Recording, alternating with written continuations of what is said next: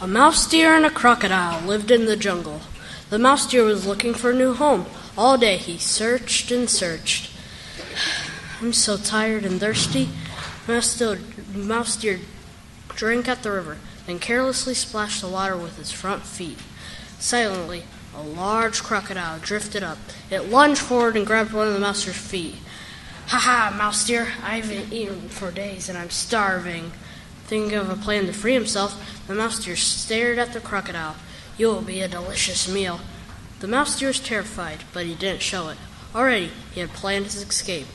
"If you're going to eat me, you better catch me first." "What do you mean? I've already got your foot in my mouth, haven't I?" The pain in the mouse deer's foot was intense, but he didn't show it. "You are even more stupid than I thought, crocodile." "Why is that?"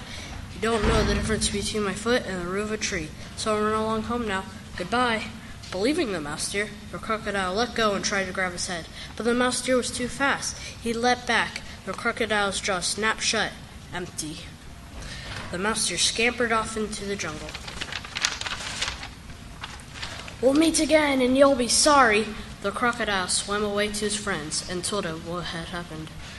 "How dare he make a fool of a crocodile? We ought to teach him a lesson. If anybody sees him, tell the rest of us. We'll lie in wait for him. He might be smart to trick one, but he can't trick us all." "Agreed, agreed, ha ha ha." The mouse deer was happy, for he had found a new home. "I'll enjoy myself and keep away from the crocodile." Then came the dry season. The sun shone brightly and no rain fell. The river began to dry up. The crocodiles retreated downstream where there was more water. One hot day, the drowsy mouse deer was looking for somewhere to sleep. He reached a river, which was dry. "Here's a good place, a rock in the middle of the dry riverbed." So he curled up on it and fell fast asleep. Meanwhile, upriver, there was a tremendous storm. Water began to trickle downstream. Soon it became a torrent. The mouse deer slept on, unaware of danger. "Let's go upstream again." "Agreed, everyone upstream." The crocodiles reached the river where the mouse deer slept, and they saw him, and they couldn't believe their luck. "Hey, look here, the mouse deer. Let's surround the rock." Slowly, the mouse deer opened one eye, expecting to see a stretch of dry land. Instead, he saw a swiftly flowing river and a dozen of crocodiles with gritty eyes and grinning jaws. He jumped up and almost fell off the rock. The crocodiles opened their mouths wider and surged closer. "Oh dear, what will I do? I'll be drowned or I'll be eaten by crocodiles." Quickly, the mouse deer thought of a plan. "Ha ha, I told you we'd meet again. Let's see you try to get away this time. You're completely surrounded." "I won't try to escape. Ever since I tricked you, I've been sorry. I hurt your feelings." "Really? I came here today to give myself up to you. But why do you have so many friends with you?" "They're here, little mouse deer, to help me eat you up." What a shame. I wanted to give myself up to you alone." "Why is that?" "I don't want them fighting and tearing over me. Send them away." "That's impossible. They've been waiting for you for a long time. Besides, you tricked me last time. You won't trick all of us together. Since there are so many of you, I see a problem." "What is that?"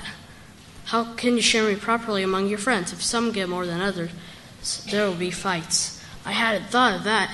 Do you have a set of scales?" "No." "Then what will you do?" "You're supposed to be clever. What do you do in my place?" The mouse deer was delighted, for his plan was working perfectly, but he was careful to hide his joy. "You've all heard our conversation. Do you think it would be fair for me to do this sharing?" "Yes." "Good. Move side by side, starting here and stretching through the river bank. I'll count you and make sure you get equal shares." Hungrily, the stupid crocodiles obeyed. "Now I'll jump from one crocodile to crocodile. As I land on each one, I'll tell them which part of me will be a share.